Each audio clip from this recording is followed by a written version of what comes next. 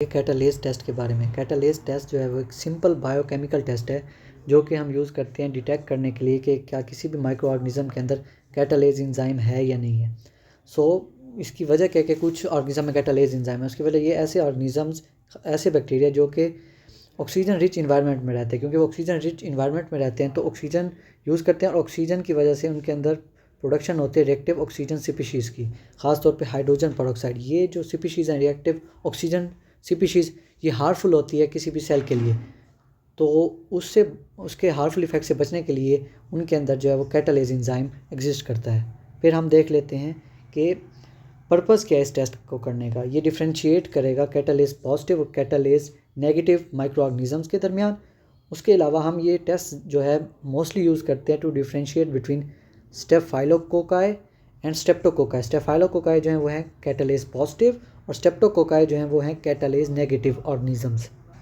हम देख लेते हैं इसका प्रिंसिपल क्या है। जो हाइड्रोजन पेरोक्साइड है, कैटालेस एंजाइम उसके ऊपर एक्ट करेगा और उसको कन्वर्ट कर देगा वाटर के अंदर और ऑक्सीजन के अंदर, और ऑक्सीजन जो है वो बबल्स की फॉर्म में वहाँ से रिलीज़ हो जाएगी जब हम टेस्ट कर रहे होंगे। तो हम आगे देख लेते हैं इसके मटेरियल, इसके लिए क्या क्या हमें जो है वो रिक्वायर्ड है। एक तो हमें चाहिए 3% हाइड्रोजन पेरोक्साइड सोल्यूशन, ये हाइड्रोजन पेरोक्साइड का सोल्यूशन। उसके अलावा हमें एक क्लीन ग्लास स्लाइड्स चाहिए और बैक्टीरिया कॉलोनी चाहिए और इनैकुलेटिंग लूप या वुडन स्टिक चाहिए। अच्छा, फिर आपने क्या करना है, आपने एक लूप या स्टिक की मदद से जो है वो बैक्टीरिया की कॉलोनी लेनी है और साथ ही साथ हाइड्रोजन पेरोक्साइड जो है वो स्लाइड पे डाल देनी है। इससे क्या होगा, अगर आपको बबलिंग नज़र आ रही है इसका मतलब ये है कि कैटालेस पॉजिटिव है वो ऑर्गेनिज़म, और अगर बबलिंग नहीं नज़र आ रही तो कैटालेस नेगेटिव है। रिजल्ट आपको नज़र आएंगे, जो कैटालेस पॉजिटिव है उसमें आपको ये सारे बबल नज़र आ रहे हैं, जबकि कैटालेस नेगेटिव में कोई भी बबल फार्मेशन वगैरह जो है वो नहीं हुई। हम इसके रिज़ल्ट देख लेते हैं। कैटालेस पॉजिटिव हो सकता है जिसकी सबसे अच्छी एग्जांपल जो स्टेफाइलोकोकस स्पीशीज़ हैं, और अगर कैटालेस नेगेटिव होगा तो सबसे अच्छी एग्जांपल है उसकी स्ट्रेप्टोकोकस जो है वो स्पीशीज़। स्टेफाइलोकोकस जो है कैटालेस पॉजिटिव हैं और स्ट्रेप्टोकोकस जो है वो है कैटालेस।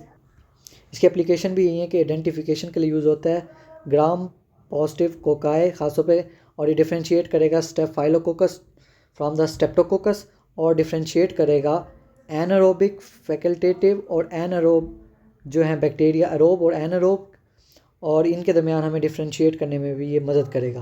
इसके अलावा टेस्ट फॉल्स कब आ सकता है। पहली बात तो ये हमें यूज़ करनी होती है फ्रेश हाइड्रोजन पेरोक्साइड, क्योंकि ज़्यादा अगर पुरानी हाइड्रोजन पेरोक्साइड है वो डिकम्पोज हो सकती है।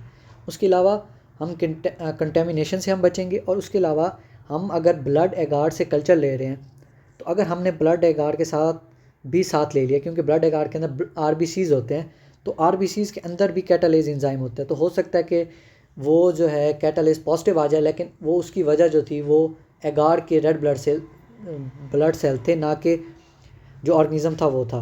उसके अलावा जो इनैकुलेटिंग लूप है वो हम मेटल की नहीं लेते, क्योंकि मेटल जो है हाइड्रोजन पेरोक्साइड के साथ रिएक्ट कर सकता है और वो भी हमें फॉल्स पॉजिटिव टेस्ट दे सकता है।